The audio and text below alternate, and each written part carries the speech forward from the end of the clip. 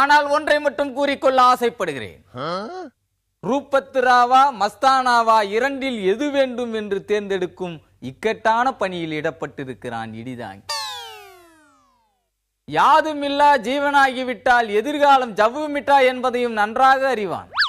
அப்படி என்றால் 2016 எட்டா கனவாகிவிடும் என்பதையும் முந்திக் கொண்டு சொல்லுகிறது என் மூளை. இதில் எதுவுமே சரிபட்டு வரவில்லை என்றால் என்ன செய்வது? ராமன் ஆண்டால் என்ன, ராவணன் ஆண்டால் என்ன என்று அரசியலுக்கு காவிட்டு விடுவதா? முடியாது. தேசம் முக்கியமா, தோசை முக்கியமா? இடிதாங்கி ஒரு கையால் தேசத்தையும் மறு கையால் தோசையையும் தாங்கி பழக்கப்பட்டவன். அப்படி இருக்க ராமனுக்கும் ராவணனுக்கும் ஊடாக புகுந்து அடவு கட்டவும் தயங்க மாட்டான் இடிதாங்கி. கூட்டாக சேர்ந்து தோசையை பிட்டு தின்னலாம் என்று சொன்னால் எல்லோருடைய வாயிலும் கொழுக்கட்டை புகுந்து விடுகிறது. அவர்களின் மழுப்பல் மொழியும் வழுக்கல் வார்த்தைகளும் இடிதாங்கியின் கொழுப்பை கரைத்து விடுமோ என்ற பயத்தை ஏற்படுத்துகிறது. கூட்டணியில் இருந்து கழித்து விடுவார்களோ என்ற பதட்டம் இதய நாடியை பெருக்கிக் கொண்டிருக்கிறது.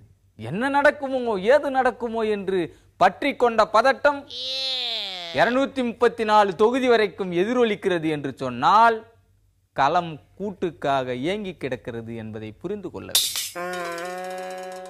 நேற்று கூட்டு தொடர்பாக ஒரு அறிவிப்பு வந்தால் அதை மறுத்து இன்றைக்கு ஒரு அறிவிப்பு வருகிறது. அருவியில் தண்ணீர் கொட்டுகிறது என்று சொன்னால் அது மேகத்தின் ஆணை. ஆனால் மேகமே மறுப்பதாயிருந்தால் அருவியின் கண்ணீரை யார் துடைப்பது? ஆனாலும் இடிதாங்கி ஓயமாட்டான். முடிவு தெரியும் வரைக்கும் ஓயமாட்டான். ஏனென்றால் நான் பாட்டனி படித்த பட்டதாரி. அதனால் ஒட்டு ரகத்தின் ரகசியங்களை நன்றாக அறிந்தவன். எந்த ஒட்டு ரகம் எதோடு சேர்ந்தால் அது ஓட்டுக்களை அள்ளி கொண்டு வரும் என்ற விஞ்ஞான மூளையுடன் செயல்புரிந்து கொண்டிருப்பவன். தனியணி, கூட்டணி, துட்டணி, பாட்டணி என்று விதவிதமான அணிகள் உருவாகலாம். ஆனால் கூட்டணி உருவாவதற்கு முன்னர் ஒருவருக்கு எதிராக கொட்டி கொண்டிருந்தால்தான் கூட்டணி உருவாகும் என்பதை அனுபவங்கள் சொல்லுகிறது.